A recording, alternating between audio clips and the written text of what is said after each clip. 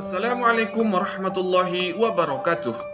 Tahukah sahabat, ternyata ada kisah sedih yang jarang kita dengarkan mengenai perjalanan sejarah kaum muslimin, khususnya kota Mekah dan Ka'bah. Pernah terjadi pelanggaran yang sangat memilukan dan menodai Ka'bah secara khusus, yaitu terjadinya penjarahan Hajar Aswad.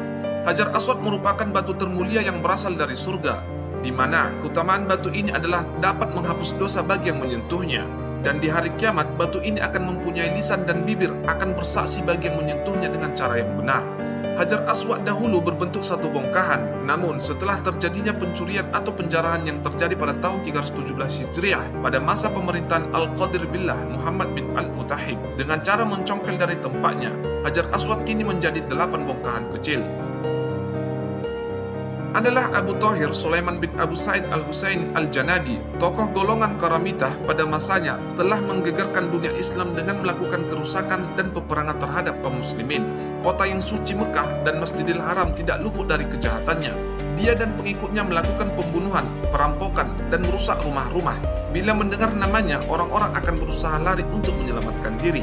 Kisahnya, pada musim haji tahun 317 Hijriah tersebut, rombongan haji dari Irak, pimpinan Mas'ud Al-Dailami, bertolak menuju Mekah dan sampai keadaan selamat. Namun, tiba-tiba pada hari Tarwiyah, orang-orang Karamitah atau salah satu sekte Syiah Ismailiyah melakukan hura-hura di tanah haram.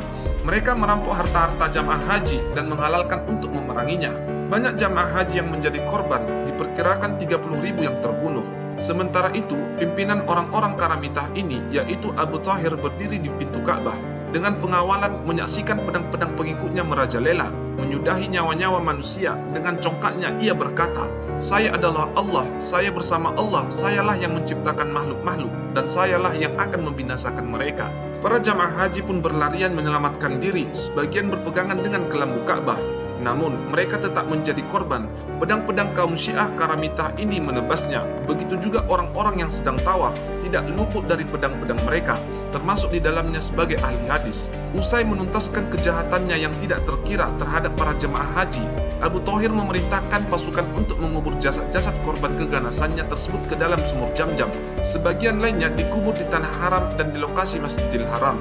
Kubah sumur Jam-Jam ia hancurkan. Dia juga memerintahkan agar pintu Ka'bah dicopot dan melepas kiswahnya. Selanjutnya, ia merobek-robeknya dan dihadapkan para pengikutnya. Dia meminta kepada salah seorang pengikutnya untuk naik ke atas Ka'bah dan mencabut talang Ka'bah. Namun, tiba-tiba orang tersebut jatuh dan mati seketika. Abu Thahir pun mengurungkan niatnya untuk mengambil talang Ka'bah. Kemudian, ia memerintahkan untuk mencongkel Hajar Aswad dari tempatnya. Seorang laki-laki memukul dan mencongkelnya. Dengan nada menantang, Abu Thahir sesumbar, "Mana burung-burung ababil? Mana babatuan dari neraka sijin?" Peristiwa Hajar Aswad ini membuat Amir Mekah dan keluarganya dengan didukung sejumlah pasukan mengejar mereka. Amir Mekah berusaha membujuk Abu Thahir agar mau mengembalikan Hajar Aswad ke tempat semula. Seluruh harta yang dimiliki sang Amir telah ia tawarkan untuk menebus Hajar Aswad itu.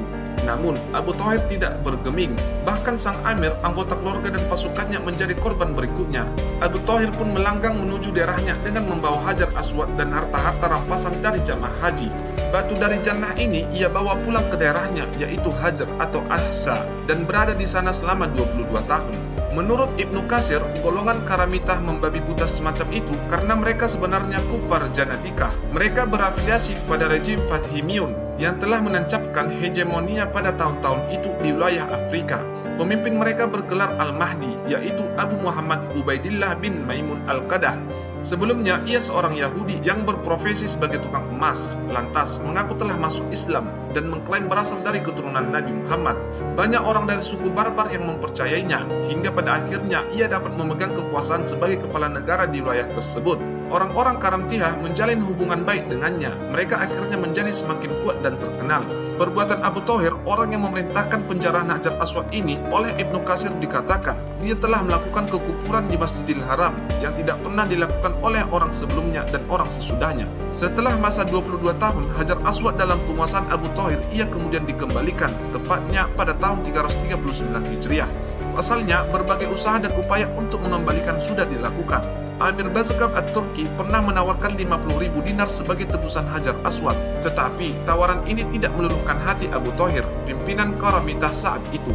Hajar Aswad baru berhasil dikembalikan ke tempatnya semula pada tahun 339 Hijriah setelah penguasa ketiga dinasti Fatimiyah Al-Mansur meminta kepada pengganti Abu Thahir Sulaiman, yaitu Ahmad ibnu Abu Sa'id Al-Qaramatah, untuk mengembalikan Hajar Aswad ke Ka'bah. Permintaan tersebut dipenuhi pemimpin kelima gerakan Karamitah tersebut. Sebelum mengembalikan ke Mekah, orang-orang Karamitah mengusung Hajar Aswad ke Kufah dan menggantungnya pada 7 tiang masjid Kufah agar orang-orang dapat menyaksikannya. Lalu saudara Abu Thahir menulis ketetapan, "Kami dahulu mengambilnya dengan sebuah perintah, dan sekarang kami mengembalikannya dengan perintah juga, agar pelaksanaan manasik haji umat menjadi lancar." Wallahu a'lam bishawab. Semoga kisah ini bisa menambahkan pengetahuan kita tentang sejarah Islam. Wassalamualaikum warahmatullahi wabarakatuh.